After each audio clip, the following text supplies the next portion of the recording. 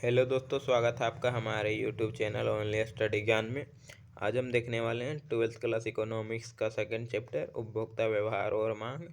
इसमें हम लोग यह पार्ट 2 है। या इसमें 31 नंबर क्वेश्चन से देखते हैं। हम लोग 30 नंबर तक पार्ट 1 में देख चुके थे। अगर आप नहीं देखे हैं तो पिछले वीडियो में जाकर आप प्ले लिस्ट में देख सकते हैं आप हमारे यूट्यूब चैनल पर। तो 31 नंबर क्वेश्चन देखते हैं। उदासीन वक्र होता है तो क्या होता है? तो मूल बिंदु को नतोदर होता है। 32 नंबर देखें तो किसी वस्तु में मानवीय आवश्यकता की पूर्ति की क्षमता को क्या कहते हैं? तो वह उपयोगिता कहते हैं, यानी कि यूटिलिटी। 33 नंबर देखें कीमत या बजट रेखा की ढाल का इसमें कौन सा सूत्र है? तो वह है negative px divide by py। कीमत रेखा होती है वह कुछ इस टाइप का होता है, इस तरह होता है, जिसे कि बजट रेखा भी कहा जाता है और कीमत रेखा भी। अगला क्वेश्चन देखते हैं हम लोग 34 नंबर। उपयोगिता का संबंध होता है तो उपयोगिता का संबंध जो है वह किससे होता है? तो लाभदायकता से, नैतिकता से, मानव आवश्यकता की पूर्ति से, इनमें से सभी। तो इसका राइट आंसर होगा इनमें से सभी। अगला क्वेश्चन है उपयोगिता की माप की जा सकती है, यानी कि उपयोगिता को किससे मापा जा सकता है? तो वह है मुद्रा के द्वारा। यानी कि जितनी मुद्रा की हम कोई वस्तु खरीदें तो उससे मिलने वाली उपयोगिता जो है वह मुद्रा के बराबर होती है। अगर हम लोग अगला क्वेश्चन बात करें 35-36 नंबर की, सम सीमांत उपयोगिता नियम को कहा जाता है तो क्या कहा जाता है? तो प्रतिस्थापन यहाँ दिया गया, उपयोगिता वृद्धि नियम, उपयोगिता ह्रास नियम, प्रतिस्थापन नियम, और इनमें से कोई नहीं। तो इसका राइट आंसर होगा प्रतिस्थापन का नियम। अगला क्वेश्चन हमारा तटस्थता वक्र का झुकाव होता है तो कैसा होता है? तो आंसर होगा बाएं से दाएं। तटस्थता वक्र देख चुके थे आप, कुछ इस टाइप का होता था। इंडिफरेंस कर्व IC जो कि बाएं से दाएं झुका हुआ होता था। 38 नंबर है एक वस्तु की सभी इकाइयों से प्राप्त होने वाली उपयोगिता के योग को क्या कहते हैं? तो वो कहते हैं कुल उपयोगिता। यानी कि MU जो होता है उसे जब जोड़ा जाता है sigma MU is equal to TU होता है, यानी कि कुल उपयोगिता। 39 नंबर देखिए उपयोगिता का क्रमवाचक सिद्धांत किसने दिया? तो वह हिक्स एवं एलन के द्वारा दिया गया था। 40 नंबर देखें सीमांत उपयोगिता ह्रास नियम के मूल प्रतिपादक कौन है? तो वह है गोसेन, जिसका प्रथम नियम है फर्स्ट लॉ ऑफ गोसेन, यानी कि गोसेन का प्रथम नियम है। 41 नंबर देखें उपभोक्ता का संतुलन बिंदु होता है जब सीमांत उपयोगिता और मूल्य आपस में बराबर हो जाते हैं। इसका चित्र देखें तो कुछ इस टाइप का बनता था। इसमें जो ये हो गया हमारा MU और यहाँ हो गया हमारा प्राइस, यानी कि P हो गया या MU। तो जिस बिंदु पर बराबर हुए यानी कि बिंदु E पे, तो इसे ही उपभोक्ता का संतुलन बिंदु कहा जाता है, E बिंदु को। तो इसे समझ गए होंगे। अगला क्वेश्चन हमारा 42 नंबर किसी वस्तु की मानवीय आवश्यकता को संतुष्ट करने की क्षमता को उपयोगिता कहते हैं, यूटिलिटी। 42 नंबर देखें हम लोग तो क्वेश्चन है उपभोक्ता की सर्वाधिक संतुष्टि के लिए खाली स्थान। तो वस्तु की सीमांत उपयोगिता उसके मूल्य के समान होनी चाहिए, जो कि अभी ऊपर देख चुके हैं। दूसरा वस्तु की सीमांत उपयोगिता उसके मूल्य से अधिक होना चाहिए। तीसरा सीमांत उपयोगिता और मूल्य का कोई संबंध नहीं है। चौथा इनमें से कोई नहीं। तो इसका राइट आंसर का ऑप्शन है वस्तु की सीमांत उपयोगिता और वस्तु के मूल्य बराबर होने चाहिए, यानी कि जो MU है वह P के बराबर होने चाहिए, MUX is equal to PX। अगला क्वेश्चन हमारा 44 नंबर जब सीमांत उपयोगिता ऋणात्मक होती है तो कुल उपयोगिता क्या होती है? तो घटने लगती है, क्योंकि चित्र में आप देख चुके होंगे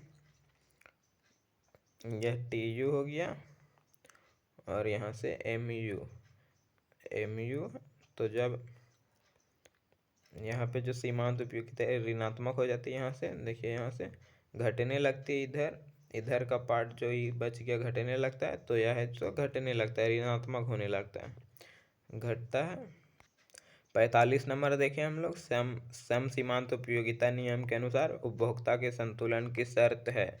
जो सम सीमांत नियम उपयोगिता नियम है उसका शर्त क्या है? तो MUA डिवाइड बाई PA बराबर MUB डिवाइड बाई PB। तो यह भी सही है। और MUA डिवाइड बाई MUB is equal to PA divide by PB। इसे अगर हल करें ए को थोड़ा और अच्छा से, तो यहाँ क्रॉस स्थान में चेंज हो जाएगा, तो यह आ जाएगा MU/MU। तो दोनों इसका सही हो गया आंसर, यानी कि इसका C सही है।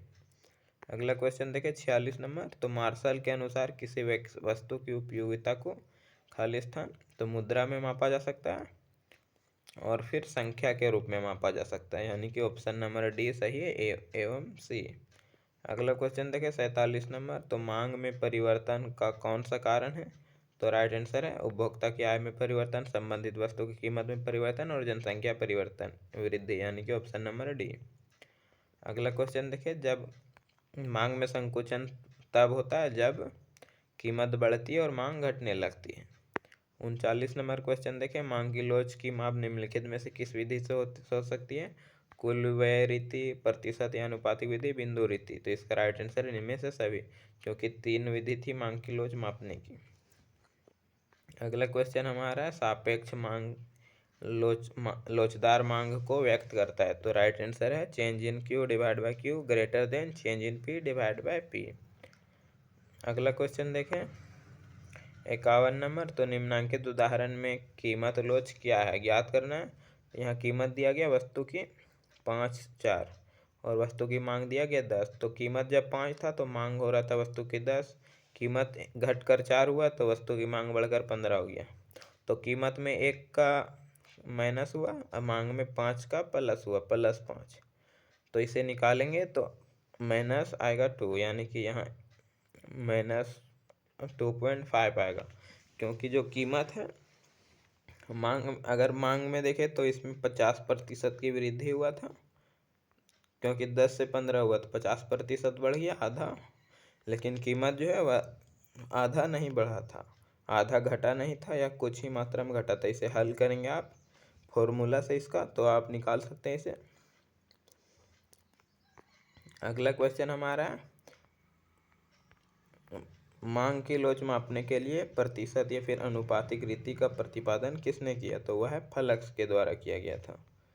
53 नंबर है मांग की लोच को प्रभावित करने वाले घटक कौन कौन से हैं? तो इन वस्तु की प्रकृति, कीमत स्तर, आय स्तर। तो इनमें से सभी, यानी कि ऑप्शन नंबर डी। 54 नंबर देखिए, मांग की लोच कितने प्रकार की होती है? तो राइट आंसर होगा इसका 3 प्रकार की होती है। पहला मांग की कीमत लोच, दूसरा मांग की आय लोच, तीसरा मांग की आड़ी लोच। 55 नंबर देखिए, आवश्यक वस्तु की मांग की लोच होती है तो क्या होती है? तो यह होगा आवश्यक वस्तु की इकाई से कम, ऑप्शन नंबर डी सही होगा। अगला क्वेश्चन है मांग की कीमत लोच से अभिप्राय है। मांग की कीमत लोच से क्या अभिप्राय है? तो कीमत में परिवर्तन के कारण जो मांग में परिवर्तन होता है उसे ही मांग की लोच कहा जाता है, ऑप्शन नंबर ए सही होगा। अगला क्वेश्चन देखें, तो एक ऋजु रेखीय मांग वक्र के मध्य बिंदु पर मांग की लोच होता है तो क्या होता है? तो इसका होगा इकाई होता है, क्योंकि अगर मांग की बात करें यह रेखा है एक तो इसका जो मध्य बिंदु यहाँ पे होगा, यहाँ पे वह इकाई लोच होगा, ED इज इक्वल टू 1। अगला क्वेश्चन है यदि वस्तु के मूल्य में 40% परिवर्तन होने से मांग में 60% परिवर्तन हो जाता है तो मांग की लोच ज्ञात करना है। तो मांग की लोच ज्ञात करने के लिए होता है मांग में परिवर्तन, यानी कि change in D divide by change in P। तो आप इसे बैठाकर 60/40 निकालेंगे तो -1.5 आ जाएगा, क्योंकि मांग की लोच हमेशा ऋणात्मक में निकाली जाती है। अगला क्वेश्चन हमारा 59 नंबर, विलासिता वस्तुओं की मांग होती है तो अत्यधिक लोचदार होती है। 60 नंबर देखें, तो है मांग का नियम यह बताता है कि कीमत में कमी होने से के कारण वस्तु की मांग बढ़ जाती है और कीमत में वृद्धि होने के कारण वस्तु की मांग घट जाती है। तो यह किसने कहा था? तो मार्शल के अनुसार कहा गया था। इन्होंने एक शब्द का प्रयोग किया था सेटेरस पेरिबस, यानी कि यदि अन्य बातें सामान्य रहे तो मांग की कीमत में वृद्धि से वस्तु की कीमत में वृद्धि से मांग में कमी होती है तथा वस्तु की कीमत में कमी से मांग में वृद्धि होती है। हम लोग देख लेते हैं अब fill in the blanks question. तो इसमें पहला क्वेश्चन हमारा उपयोगिता का अर्थ है खाली स्थान संतुष्टि की शक्ति होना, तो यहाँ आंसर होगा इच्छा, इच्छा की संतुष्टि होना, ऑप्शन इच्छा होगा। दूसरा क्वेश्चन है कुल उपयोगिता खाली स्थान का उपयोगिताओं का योग होता है, तो MU भराएगा यहाँ, MU उपयोगिताओं का योग होता है। तीसरा जब सीमांत उपयोगिता शून्य होती है तो कुल उपयोगिता क्या होता है, तो अधिकतम होता है, लिखना है यहाँ अधिकतम, अधिकतम लिखना है यहाँ। चौथा है सीमांत उपयोगिता वक्र, वक्र भी होता है, सीमांत उपयोगिता वक्र है तो कौन सा वक्र होता है, तो यह बताना है। तो इसका राइट आंसर होगा सीमांत उपयोगिता वक्र। मांग वक्र भी होता है, क्योंकि अगर इसकी वक्र की बात करें हम लोग तो यह इस टाइप का बनता था, और मांग वक्र की बात करें तो वह भी इसी टाइप का बनता है। पांचवा नंबर देखें, पूर्ण तृप्ति बिंदु पर सीमांत उपयोगिता जो है यानी कि पूर्ण तृप्ति यानी कि संतुलन बिंदु पर सीमांत उपयोगिता शून्य होती है, 0। अगला क्वेश्चन है उपभोक्ता का संतुलन व स्थिति है जब कुल उपयोगिता अधिकतम होती है, यहाँ अधिकतम भराएगा, जब सबसे अधिकतम होता है। चित्र में अगर देखें तो कुछ इस टाइप का था कुल उपयोगिता हमारा, और यह था हमारा MU सीमांत उपयोगिता, तो जब अधिकतम होता था उसी बिंदु पर संतुलन की अवस्था होती थी।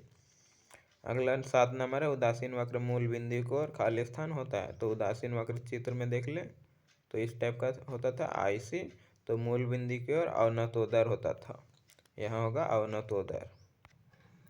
8वां नंबर क्वेश्चन है बुनियादी तौर पर उपयोगिताएं खाली स्थान प्रकार की होती है, तो राइट आंसर होगा 3 प्रकार की। पहला होता है TU, दूसरा होता है MU और तीसरा होता है AU, कुल उपयोगिता, सीमांत उपयोगिता और औसत उपयोगिता। 9वां नंबर है ऊंची तटस्थता वक्र खाली स्थान स्तर की संतुष्टि दर्शाती है, यहाँ देखिए अगर तटस्थता वक्र की तो यह हमारा पहला है IC1। एक और तटस्थता वक्र बनाते हैं, यह है IC2। तो इसमें अगर बात करें हम लोग कौन सबसे ज़्यादा संतुष्टि प्रदान करेगा, तो वह है IC2। तो ऊंची जो तटस्थता वक्र होती है, लिखा गया है बुनियादी ऊंची तटस्थता वक्र ऊंची स्तर की संतुष्टि, यहाँ पर आएगा ऊंची स्तर की संतुष्टि दर्शाता है, और निम्न नीची तटस्थता वक्र जो होता है वह नीची स्तर की संतुष्टि को दर्शाता है। 10 नंबर क्वेश्चन है कीमत एवं मांगी गई मात्रा में संबंध तालिका जो होती है वह क्या कहलाती है, तो मांग तालिका, यहाँ पर आएगा मांग की तालिका कहलाती है। अगला क्वेश्चन है मांग वक्र बाएं से दाएं खाली स्थान ढाल वाला होता है, तो यहाँ पर आएगा ऋणात्मक ढाल वाला होता है, ऋणात्मक ढाल वाला होता है मांग वक्र की रेखा। अगला 12 नंबर स्थानापन्न वस्तुओं की मांग वक्र बाएं से दाएं खाली स्थान ढाल वाला होता है, तो इसका आंसर होगा बढ़ते ढाल वाला होता है, यह ऋणात्मक नहीं होता, यह धनात्मक होता है। बढ़ते ढाल वाला जो होती है उसका कुछ इस टाइप का डिमांड वक्र बनता है, यानी कि सप्लाई वक्र के जैसा। 13 नंबर क्वेश्चन है सामान्य वस्तुओं के लिए आय पर प्रभाव जो होता है वह धनात्मक होता है, धनात्मक आय प्रभाव होता है। 14 नंबर क्वेश्चन देखें पूर्ण लोचदार मांग वक्र जो होता है वह कैसा होता है, किस अक्ष के समानांतर होता है, यहाँ देख सकते हैं पूर्ण लोचदार मांग वक्र खाली स्थान अक्ष के समानांतर होता है। तो अगर पूर्ण लोचदार मांग वक्र की बात करें तो उसका चित्र कुछ इस टाइप का बनता था, यह होता था ED is equal to infinite, तो यह जो है वह x अक्ष के समानांतर होता है, तो यहाँ पर आएगा x। अगला 15 नंबर अति परवलयाकार मांग वक्र पर मांग की लोच होती है, तो इकाई लोच होती है, क्योंकि अति परवलयाकार का चित्र कुछ इस टाइप का बनता है मांग वक्र का डिमांड कर्व। तो इस अवस्था में जो मध्य बिंदु होता है यहाँ पे वहाँ ED इज इक्वल टू 1 होता है, इकाई लोच, मांग की इकाई लोच। अगला क्वेश्चन है कीमत घटने या बढ़ने पर जब कुल व्यय स्थिर रहता है तो मांग की लोच खाली स्थान होती है, तो राइट आंसर है इकाई होती है, यानी कि 1। 17 नंबर है गिफिन वस्तुओं के लिए मांग की लोच खाली स्थान होती है, तो गिफिन वस्तु है उसकी मांग की लोच धनात्मक होती है, यहाँ पर आएगा धनात्मक। अगला क्वेश्चन है 18 विलासिता वस्तुओं के लिए मांग की लोच खाली इकाई से होती है, तो क्या होती है, तो इकाई से अधिक होती है, अधिक। तो इस तरह यह हमारा चैप्टर समाप्त हुआ। अगर वीडियो अच्छा लगा होगा तो वीडियो को लाइक करें, सब्सक्राइब और कमेंट करें, और चैनल को सब्सक्राइब जरूर करें।